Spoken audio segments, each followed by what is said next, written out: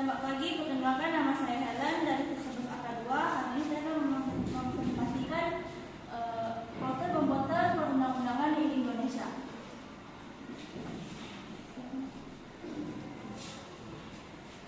Yang pertama, landasan hukum dan prinsip pembentukan undang-undang. Yang pertama, landasan yuridis.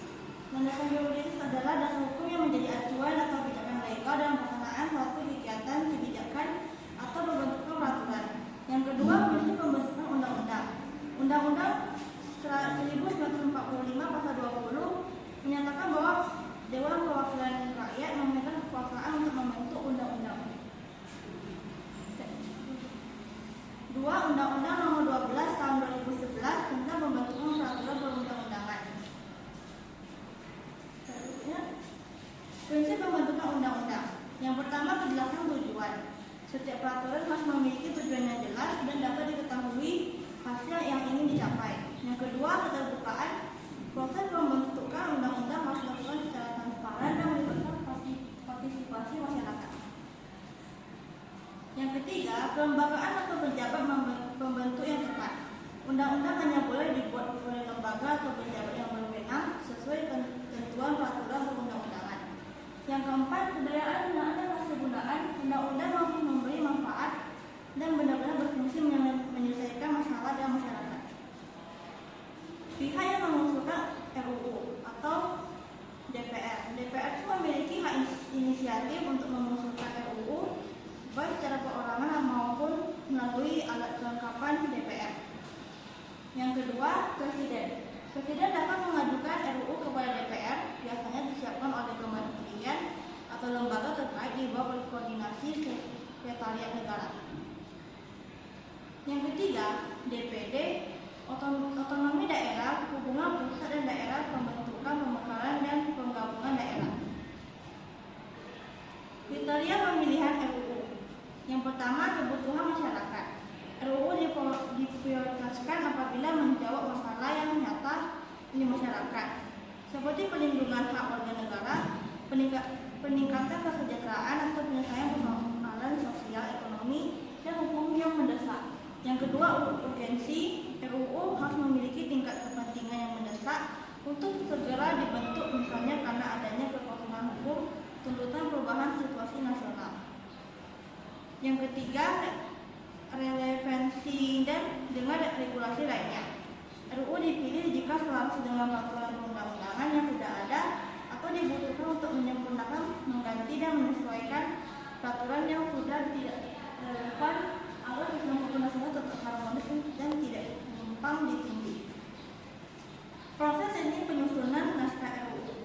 Yang pertama, penyusunan naskah akademik. Yang kedua, penyusunan naskah RUU. 3. Harmonisasi, pembulatan, dan pemantapan konsep. Yang keempat, konsultasi publik dan masukan masyarakat. Proses pembahasan RUU di DPR. Yang pertama, pembahasan di DPR. Yang kedua, pembahasan bersama pemerintah. Yang ketiga, keputusan akhir. Proses pembahasan RUU di DPR. Jika disetujui bersama, RUU disampaikan kepada Presiden untuk disahkan menjadi undang-undang. Jika tidak disetujui, maka tidak dapat diajukan kembali dalam periode legislatif yang sama. Tahap pengesahan rancangan RUU.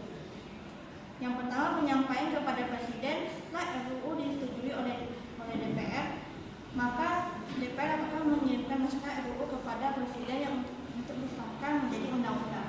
Yang kedua, penandatanganan dan penetapan oleh Presiden. Presiden menandatangani dan menetapkan RUU tersebut sebagai undang-undang. Yang ketiga, jika Presiden tidak menandatangani, maka tidak dalam waktu 30 hari sejak persetujuan bersama. Tahap pengundangan melalui lembaran negara RI. Setelah disahkan oleh Presiden, undang-undang diundangkan dalam lembaran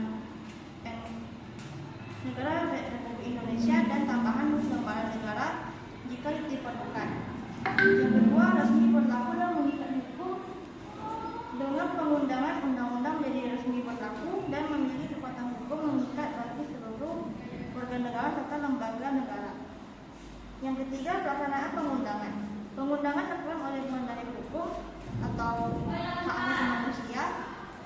pejabat yang ditunjuk sesuai ketentuan peraturan perundang-undangan.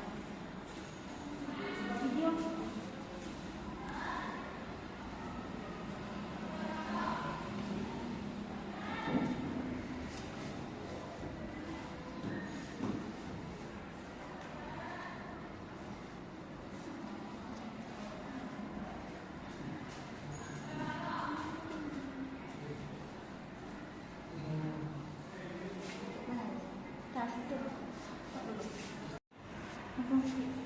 Kesimpulannya, pengesahan undang-undang berarti menjadikan hasil rancangan konstitusi sebagai hukum dasar yang sah dan berlaku bagi seluruh warga negara. Terima kasih.